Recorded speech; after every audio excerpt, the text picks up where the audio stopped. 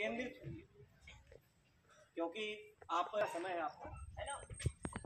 सामान्य तौर पर केवल शिक्षा के महत्व के ऊपर हम लोग बात करेंगे।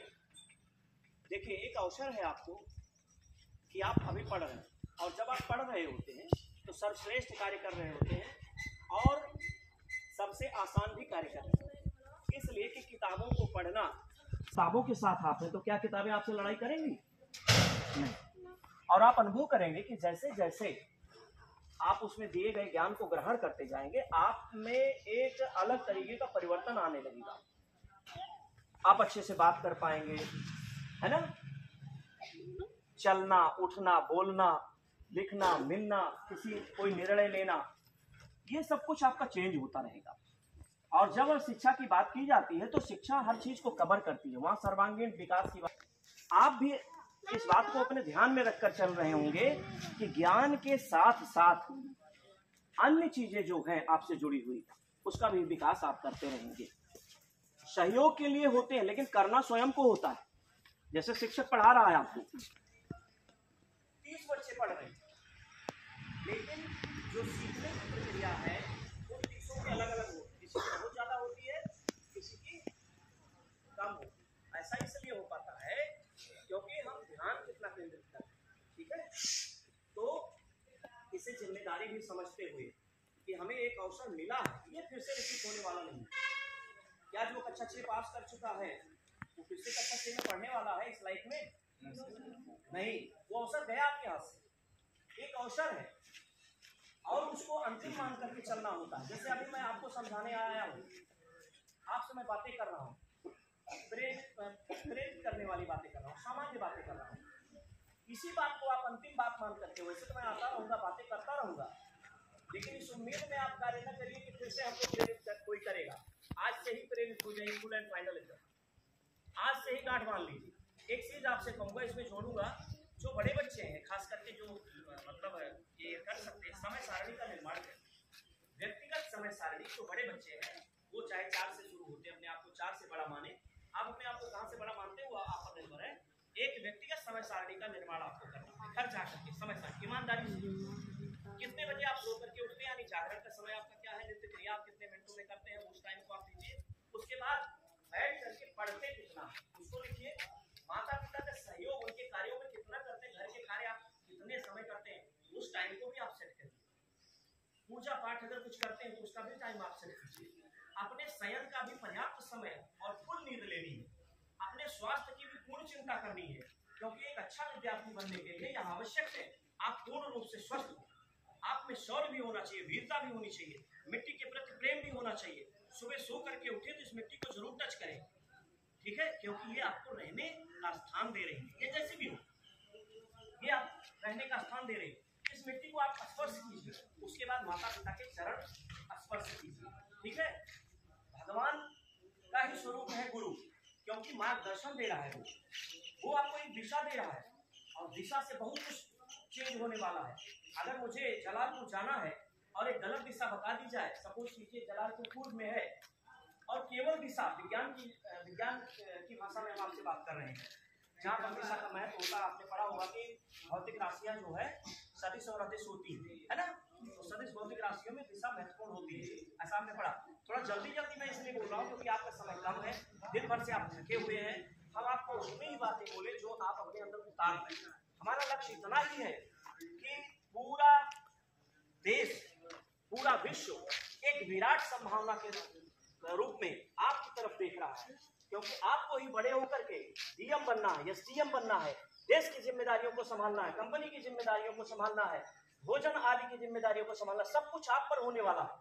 ठीक है, स्वास्थ्य व्यवस्था, सब कुछ।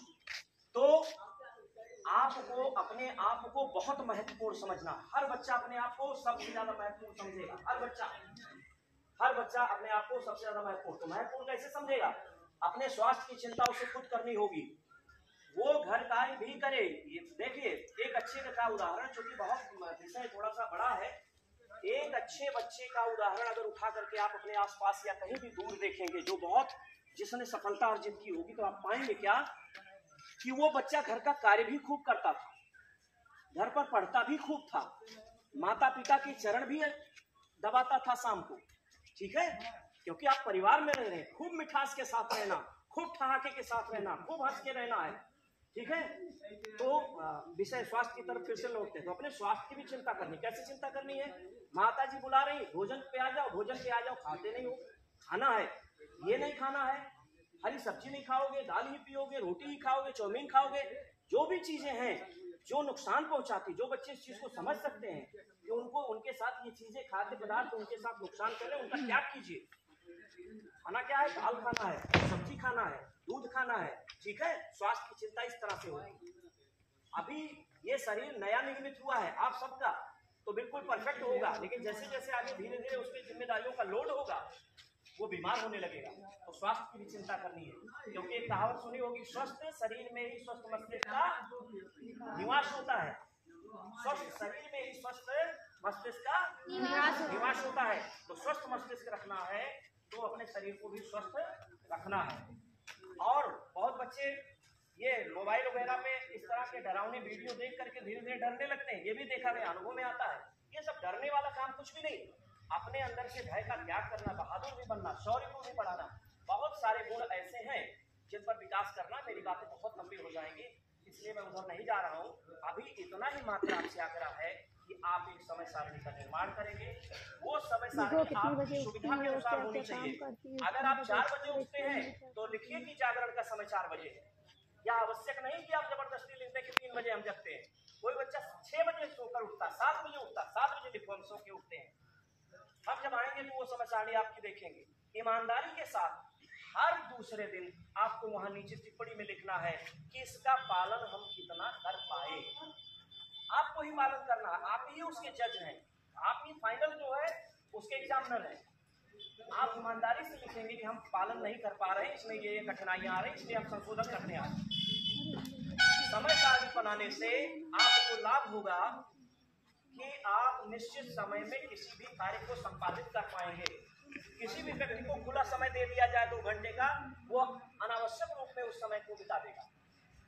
लेकिन अगर उसको बांध करके रखा जाए कि 2 घंटे के अंदर करना है, तो करता है ना, बेहतर है ना। महत्वपूर्ण बातें आपसे जुड़ी हुई हैं, बड़ी उम्मीदों से हम आपको देख रहे हैं। बहुत अच्छाइयां आपके बारे में सुनी है, अभी तो मिलेंगे तब जानेंगे। उनको बढ़ाना है। क्या करना है? एक अच्छा विद्यार्थी, एक अच्छा मनुष्य क्या करता है? रेगुलर अपने गुण और अवगुण का अवलोकन करता है, देखता, उस पर नजर रखता है। गुणों का निरंतर लाभ लेना है। जो आपके अंदर सद्गुण है उनका निरंतर लाभ लेना है और उन्हें बढ़ाना है उत्तरोत्तर। जैसे मान लीजिए गुण आपके अंदर क्या है कि आप अच्छा गायन कर लेते और प्रतिभा करते हैं विभिन्न चीजों में, विद्यालय के, उसको आप पढ़ाइए। और यदि आप में अवगुण है कि आप सोते ज्यादा हैं, माता पिता के कहना मानते नहीं है, विद्यालय में अनुशासन भंग करने में आपका ही सबसे पहले रोल होता है, तो उसे सुधारें। स्वतः अनुशासित होना है। हमें कैसा विद्यार्थी बनना है? स्वतः अनुशासित विद्यार्थी बनना। कैसा बनना है? हम भी आपके साथ विद्यार्थी हैं। एक बार बोलते हैं जोश के लिए, भारत माता की जय। अभी बात पूरी नहीं हुई है। कैसा बनना है? स्वतः अनुशासित। यानी शिक्षक यदि सहयोग से कोई विभागीय कार्य कर रहे हैं या कक्षा कक्ष से निकल करके किसी अन्य कार्य के लिए, बहुत सारा कार्य ले रहे, पानी पीना, कुछ भी, तो भी अनुशासन बना के रखना है, ठीक है। स्वतः अनुशासित रहना है। तो यही नहीं रहोगे, घर पे भी स्वतः अनुशासित रहोगे, सड़क पर भी आप अनुशासित रहोगे, ठीक है। इन चीजों का इन बातों का ध्यान रखना है। और सिर्फ इसलिए न सुनो कि हम बोल रहे हैं, हम कहीं से आए हैं, इसलिए सुनना है, नहीं। इसलिए सुनना है कि ये जीवन बेटा तुम्हारा है, तुम्हें मिला है। तुम्हारा जीवन किसी और को नहीं जीना पड़ेगा, तुम्हें तुम्हारा जीवन स्वयं जीना पड़ेगा। ये बात सब पर लागू होती है, जो मैं बोल रहा हूँ मुझ पर भी, आप पर भी, सब पर लागू होती है। स्वयं जीना पड़ेगा। अपने आप का विकास करो, आज से ही प्रेरित हो जाओ, आज से ही गांठ बांधो, घर जाओ, आज से ही लिखो। जिन चीजों में कमजोर हो उस पर आज से काम करो। छोटे बच्चे उतना नहीं कर पाएंगे, बड़ों में ये चीज अपेक्षा की जा रही है, ठीक है भैया।